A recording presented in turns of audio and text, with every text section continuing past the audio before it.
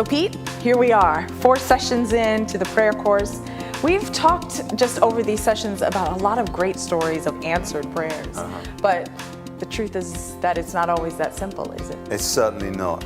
Prayer is the most wonderful thing in the world in many ways, but I think we've got to be honest that sometimes it's also the most painful thing. I think one of the things that I appreciate so much about you is that you're not afraid to talk about that. In fact, one of my favorite books that you've written is a book on unanswered prayer, and that's God on Mute. And I think you probably wrote that at a time when people were wanting you to write more books about miracles, right? Yeah, they really were. They were wanting me to be the guy who just tells everyone that prayer always works. Right. And actually, I felt I had to be honest about the fact that, yes, prayer does.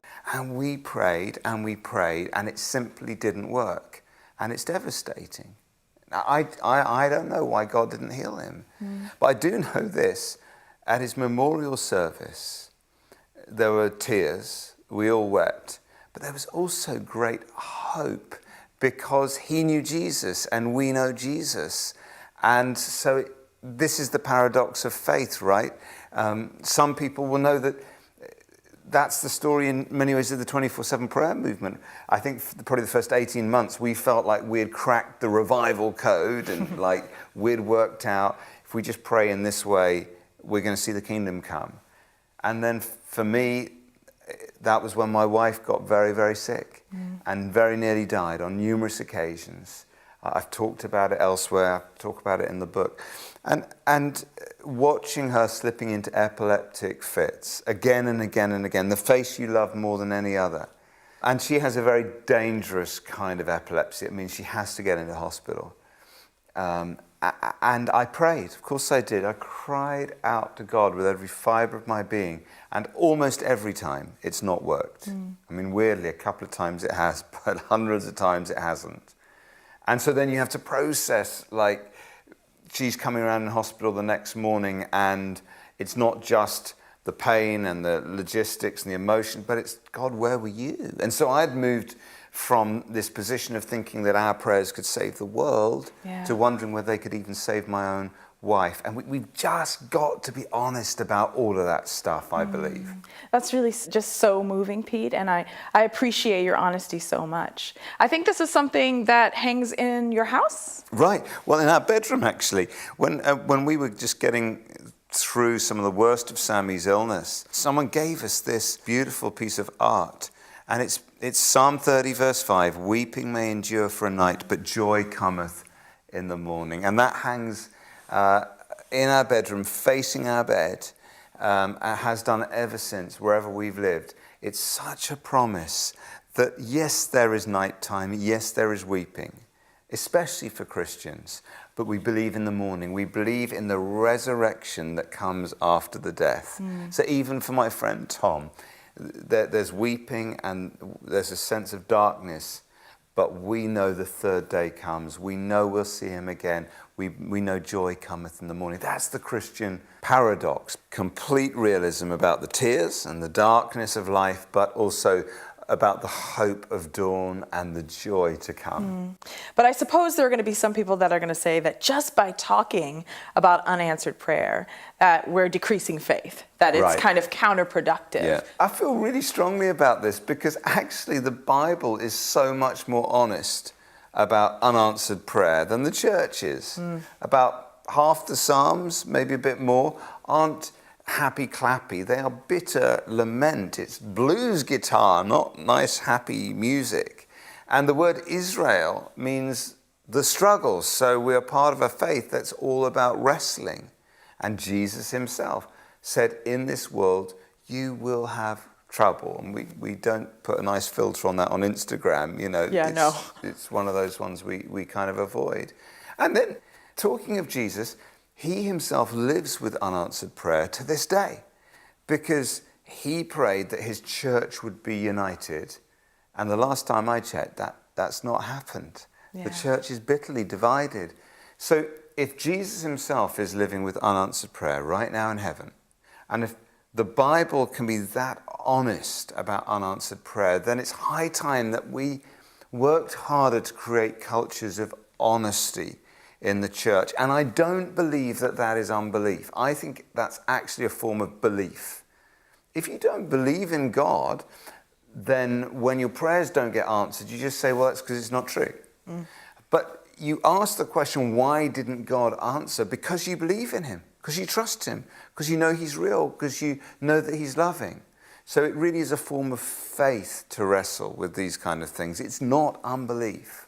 But still, even in the midst of that, and even when we admit it, it's still very difficult to understand, isn't it? Yeah, I mean, it really is. And I think this is where it is so profoundly meaningful for Christians that we believe in a God who came and suffered with us on the cross. In fact, I think if it wasn't for the cross, I don't think any of the rest of the Christian message would make any sense at all.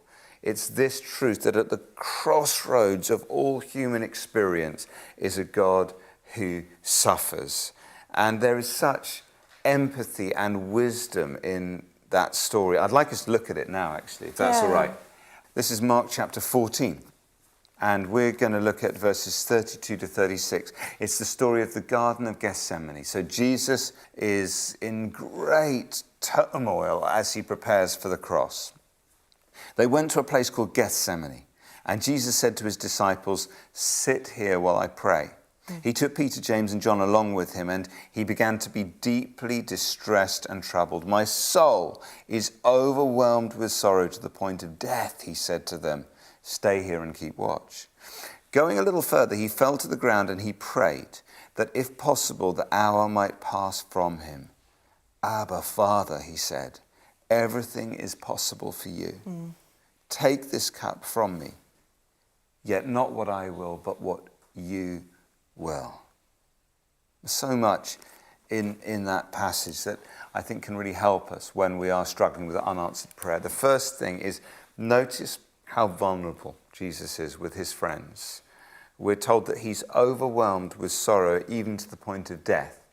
And yet he very intentionally takes Peter, James, and John, his three best friends, with him into his place of grief and asks them for their support. You've probably experienced this. I know I have. When you really suffer, there's such a temptation to hide and to isolate yourself away. And Jesus does the opposite. He includes his friends and he knows he needs their help more than ever. And then the next thing to note is that in Jesus' hour of greatest need, he pursued prayer. He knew that his friends were important, but that his Father's presence was the real great need of his soul. One word from the Father can bring more comfort than 1,000 from just some human mate. And then notice what Jesus prays. It's amazing that this vulnerable prayer is recorded for us in detail, probably because the three friends, Peter, James, and John, overheard it and went into the Gospels. But first of all, Jesus says, "Abba, Father." So when he's hurting, he anchors himself in the love of God. He doesn't say, "If you really cared for me, you wouldn't make me go through this." Right. He doesn't question God's love. God's love isn't up for debate. And then he continues, he says, "Abba, Father, everything is possible for you." So having affirmed God's love, he affirms God's power. In my own life, I know that when I'm scared, when I'm suffering, when I'm hurting, there is a temptation to question God's love. Do you really love me? Why am I suffering? But the other one is sometimes to question God's power, is to downgrade God's power and say, well, I guess this is just too difficult for you, or you can't do that. And Jesus doesn't do that. There's an old Hebrew saying that says, God is not a kindly old uncle, he's an earthquake. And I think Love that. Yeah, it's good, isn't it? Because there's problems, I'm sure, in your life like mine that a kindly old uncle can only smile at. Right. But an earthquake maybe could shake it. Yeah. So affirm God's love and God's power. And then the next phrase in the prayer is one of the most surprising bits of the whole Bible. Because Jesus says, "Take this cup from me." In other words, Jesus is saying, I don't want to die. I don't want to suffer. I don't want to be the guy on 1,000 stained glass windows on the cross. Jesus is praying unbiblically. He's gone off message, off piste. It's radical honesty and vulnerability. And it is essential that we are honest when we are hurting and scared and suffering. And Jesus shows us the way to do that. To be honest with our friends and to be honest with God himself. Yeah. This is so helpful, Pete. But is it okay if I ask you a tough question? Of course. So you said that God is our Abba Father, right? He's all loving, and that everything is possible for him, which means he's all powerful. A lot of people are going to be thinking right now, if God is all loving, if he's all powerful, then why doesn't he stop people from suffering? Okay, so you do know you've probably just asked the hardest theological question of them all. The theologians call it theodicy. And that there aren't many easy answers. But I have found it helpful to think in terms of three things: God's world, God's war, and God's will. So first of all, God's world. Some prayers aren't answered because it's just the way that God's made the world to work. And Christians aren't immune from the laws of nature, the laws of science. For example, on our wedding day, it poured with rain. It wasn't exactly what Sammy and I had been dreaming of. But actually, if every single couple who prayed for a sunny wedding day got it, there'd be drought in the land. There must be some farmer somewhere who's praying for it to rain. So there's just laws that make the world work for the vast majority of people, the vast majority of time. And we're part of that system. And C.S. Lewis talks about this. He says that God can and does on occasions modify the behavior of matter and produce what we call miracles is part of Christian faith. But the very concept of a common and therefore stable world demands that these occasions should be extremely rare. If God just does miracles all the time, the world's not going to work. Okay, I got that. So I drop a brick on my toe, but it doesn't float just because God loves me. Exactly. And then there's the next one. So that's God's world. The next one is God's war. The Bible teaches, and most people on earth believe, that we are in a spiritual battle. There is a vicious enemy. And as Christians, we are often targeted. And therefore, some prayers aren't answered because there is an enemy. Satan is actively and successfully opposing the will of God. And it can hurt quite literally like hell. And we are going to look at this in a whole session of its own on spiritual warfare in the final session of this course. Okay, but I kind of have like a million questions right now. Yeah, I get that. I know. I promise we will come on to those. Can we just park the spiritual warfare thing for a minute? Okay. So we had God's world, God's war, and then there's God's will. The third reason for unanswered prayer is not the laws of nature opposing our prayers and not Satan opposing them, but sometimes it's God who is opposing our prayers, who's saying no to them.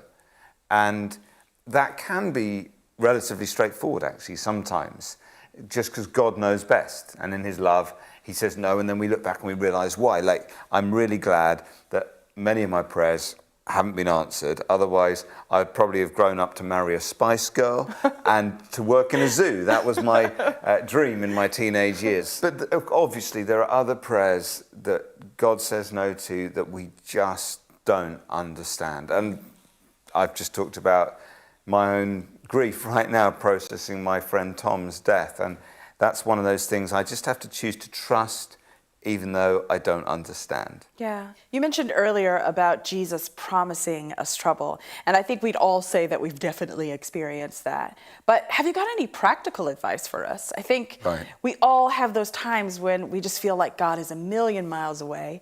We're praying, but it feels like our prayers are just bouncing against the ceiling. Yeah, well, I think it's really important to remember, first of all, that God's silence isn't the same as God's absence. Don't confuse those two. Just because your prayers aren't working, or maybe God seems distant, it doesn't actually mean that he's far away, because he's actually promised in the Bible, I will never leave you, Poppy. I will never forsake you. Often, like with new Christians, it's like we can see God, we can feel him, it's like super easy. And then there come seasons in our life where we can't see him the way we once did. We can't feel him. We can't hear him the way we once did. Yeah. And it's not that he's abandoned us. It's that he's trying to mature us into something new. He's present, but he's allowing us to kind of grow into new maturity. I think it was St. John of the Cross that talked about the dark night of the soul. Yeah, that's exactly right. Those are times when God seems to withdraw from us and immerses us in spiritual darkness. And yet those are oftentimes of great spiritual growth and faith. There's like a bloody-mindedness to true Christian discipleship. You see it in many of the great biblical heroes. One of my favorite examples is Shadrach, Meshach, and Abednego, you know, the story of Daniel and the lion's den and all that. And there's this humorous moment, really, where Nebuchadnezzar says, like, if you don't bow down to my idols, I'm going to throw you in the fiery furnace. And they say to him, the God we follow can save us and will save us from your fire, O king. So that's real faith. It's like this defiant statement, right? And then they go, but even if he doesn't save us, we still won't bow down. So what is that? I think what that is faithfulness, right? Faith is, I trust God. He can do it. He can do miracles. He can answer my prayers. Faithfulness is, but even if he doesn't, I'm still going to follow and trust.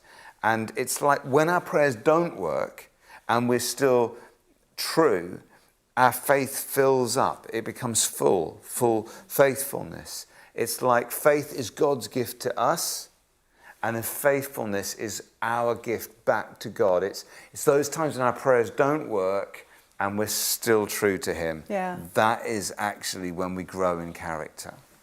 So, Poppy, do you know, I bet you know some old man, old woman who's like been a Christian for years, gone through really hard times, but they just have this amazing trust and joy in life. Yes, absolutely. Right?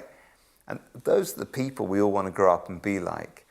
And their story is never, I've had an easy life. It's always, I've had a hard life, but I've learned to trust God. And they often have this real simplicity. It's that bloody-mindedness, it's that faithfulness, that's the filling up of faith. And it's been true to God even when it doesn't make sense. If our prayers were always answered, then faith is just a logical thing to do. But when it doesn't seem sensible, when our prayers aren't working but we're still true, that's faithfulness. I think, though, that's really challenging, though, right? And also maybe a little exciting, right? Because it feels like there's an objective, like there's some place that God is trying to take us. Yeah, exactly. The Apostle Paul says this amazing thing. He says that we can glory in our sufferings because we know that suffering produces perseverance, perseverance, character, and character, hope. And then he says, and hope does not put us to shame, because God's love has been poured into our hearts. Isn't that beautiful? So good. Even in the middle of suffering, we can know the hope that comes from God's love. And we always want God to airlift us out of our problems, right? That's a miracle. That's an answer to prayer. Yes, please, Lord. Right. And sometimes he does it. Yeah. But more often he parachutes in and he joins us in the midst of the trouble and the problem. That's been my experience, definitely, with Sammy's illness. He's often come very close to us in sometimes the scariest times. And so I'm learning to ask the question of God, where, not why. I find when I say to God, why did this happen? Why? He doesn't really answer me very much. But when I say, where are you in this situation? He always answers. And when we come to God with that question, where are you? We start to experience his presence even when we're going through hard times and disappointment. Yeah, that's really, really so helpful. Where, not why. Yeah. Parachutes, not airlifts. Right. God's world, God's war, and God's will. Faith and faithfulness. And you know, there's this one last little thing that helps link together both our understanding of God's will and Christ's prayer in the Garden of Gethsemane, where he utters that great prayer of relinquishment, where he says at the end, not my will, but your will be done.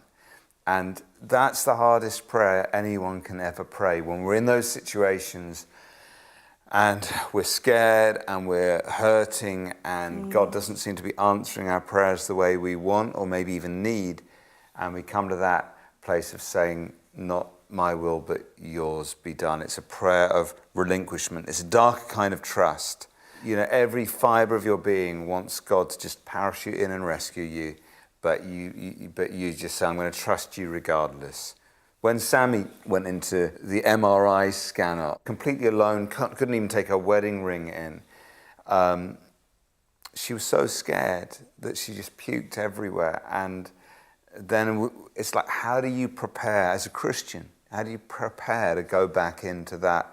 That's the valley of the shadow of death for her. Yeah. Right. And what she did was she memorized Psalm 91. It's quite a long psalm, but it's all about God being with us and his promise of hope and life. And so they you know, when they put you into the tube, they say, do you want the radio on? Trust me, when you're in the valley of the shadow of death, you do not want like Britney Spears in there with you. Right. Right. So she just recited Psalm 91. And she came out of that and she said, Pete, I experienced the presence of God in there with me. I didn't feel alone. Even there, you couldn't be there, but he was there with me. And that's the good news that we have in Jesus, that he is with us always. His silence, remember, is not his absence. And even when we don't understand, we can still trust. That's so, so good. I feel like this episode is really important. It's really important to acknowledge that there are people out there right now who are just hurting. I hope that this session has given people some answers in their heads, like some of the questions. It's important to think about that stuff. But the most important thing is that people find some of God's presence in their hearts, and people are going through really hard times. So as we finish with this prayer, let's do that. Let's pray the actual prayer of Jesus in Gethsemane. And I'm aware that for some people watching this is a darker kind of trust. Yeah. But yeah, let's pray. Let's do it. Abba, Father, everything is possible for you, God.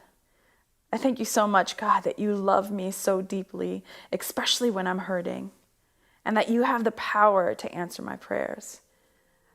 God, there's so many times that I want to pray this prayer, take this cup from me. I don't want to suffer. But God, not my will, but your will. I trust you, God, even when I don't understand. Give me faith, and God, teach me to be faithful. Amen.